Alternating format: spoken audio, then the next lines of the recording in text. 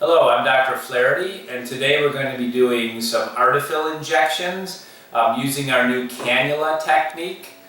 So I'm going to show you the setup, which is very basic. We're going to zoom in on this basic setup. We have alcohol swabs just to clean the skin. We have chlorhexidine scrubs, which we'll use as a disinfectant prior to doing the injectable filler.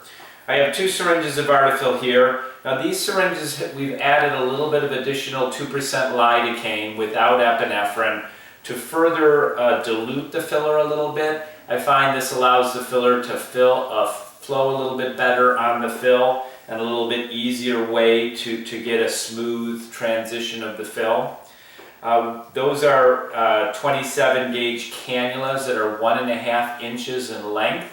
And that's a really useful length that allows us to access a lot of areas on the face for placement of this filler into the face. Next to that I have a 26 gauge needle. It's on a small 1 cc syringe, which gives us a little ease of handling it. This is what we use to make our puncture wound. So a puncture wound with a 26 gauge needle, and then we're using the 27 gauge cannula, 1.5 inch, to place the product.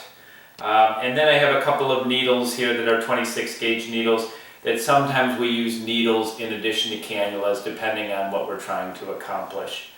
Basic 4x4s here. And that's our setup, very basic.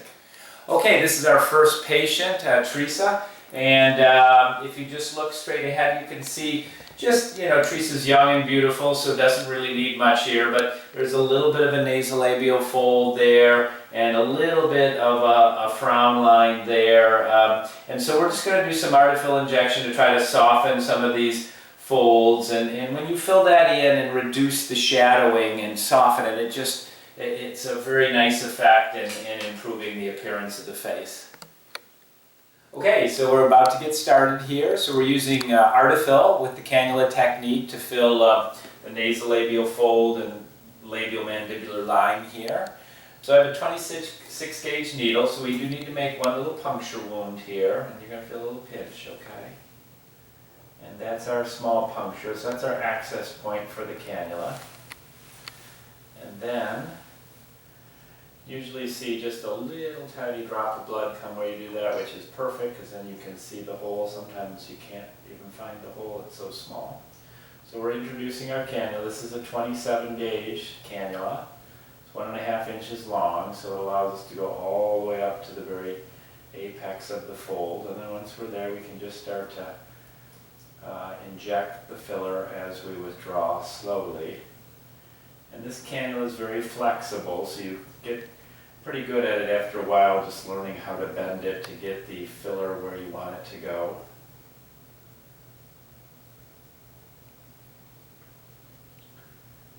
And as you come out, we see we've kind of filled in that area.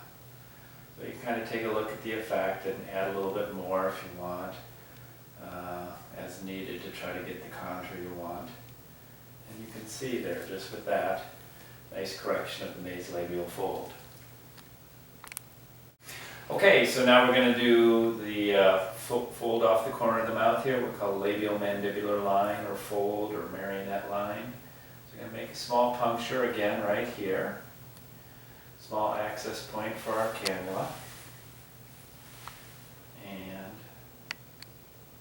sometimes it's hard to find these little holes, but there it is.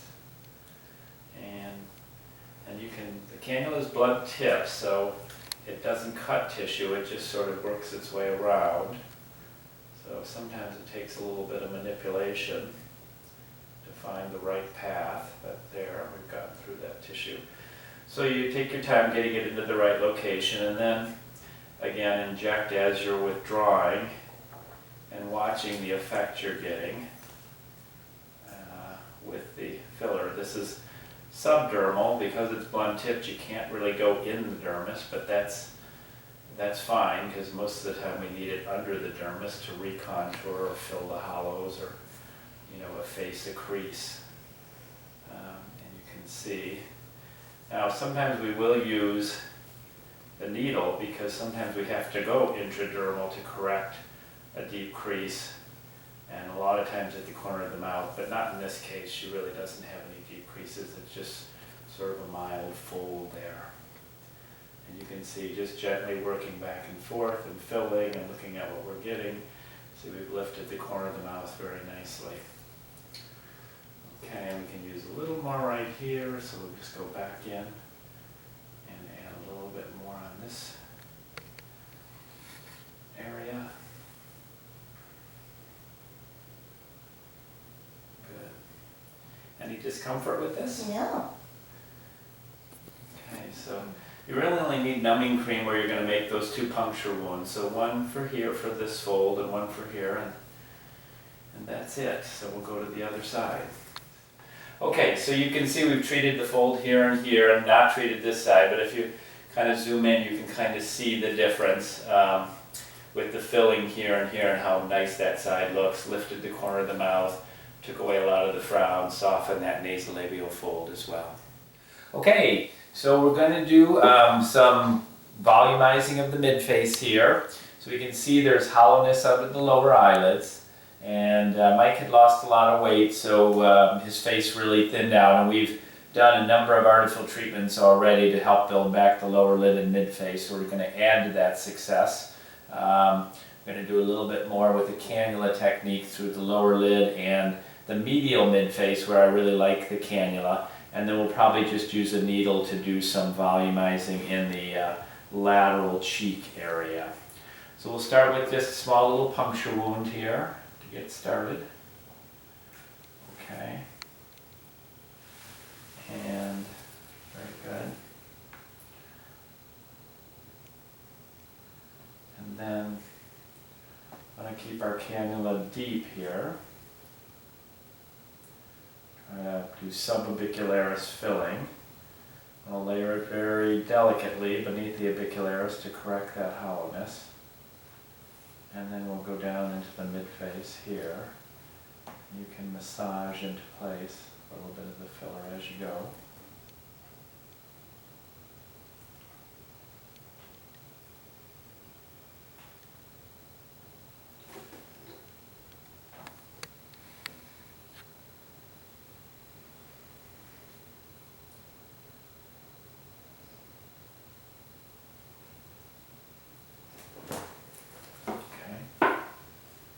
Very good. Okay, so this next part we're going to do some volumizing to the midface, and we'll use a needle just to be the most direct. We're going to do a deep bolus technique so you can see the hollowness in here we want to fill. So we'll just go all the way down to the periosteum, and we'll layer the filler.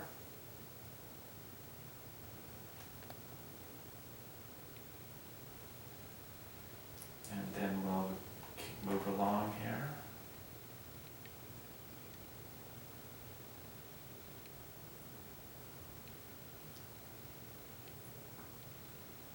And then this third area.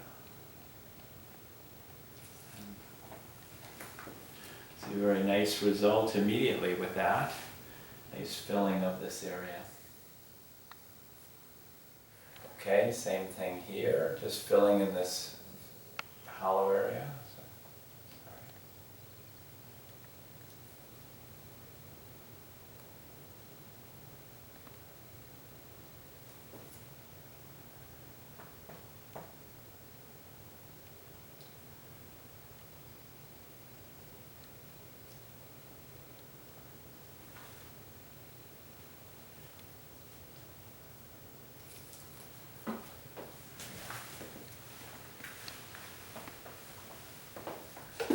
You can massage the filler into place a little bit. Okay, we're going to fill the temples now. We've done the lower lid and midface. See, it looks fantastic. It's a huge improvement. And now we're just going to fill in some of this hollowness in the temple. Okay, so go right in the middle and go very deep and just fill. We've diluted the Artefill a little bit with an additional 0.2 cc's of lidocaine. That allows it to flow a little better. And, you know, ideally do one whole vial just in one spot, and then just get that to diffuse. So you can see just one single deep injection and it diffuses throughout the temple. So today we're going to do Artefill for some acne scars. And I think Artefill is a great product for acne scarring. Obviously the PMMA beads are long lasting and I think you get a nice recontouring of the area. And so we're going to treat some of these little depressed scars and some of the imperfections that have occurred from acne scarring. And we've already done a few treatments for this patient, and we're just going to add to some of that success by retreating these areas.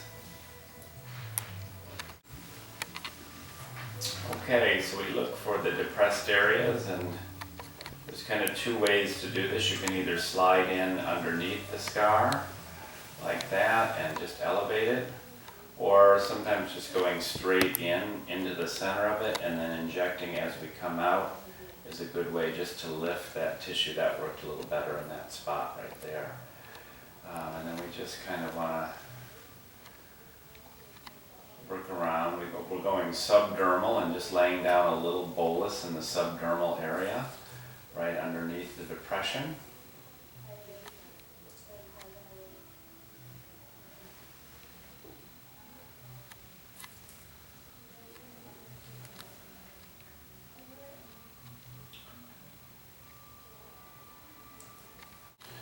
Okay, and here you can see kind of a bigger depression right there.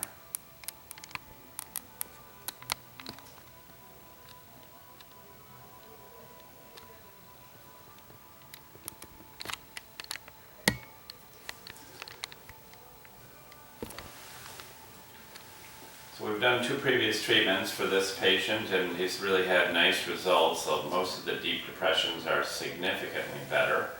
So then each time we just kind of are working on the remaining irregularities or surface depressions. And it works very nice for these sort of flatter depressions, saucer-eyed scars as we call them. Works really nice for those. So you can just nicely lift those up and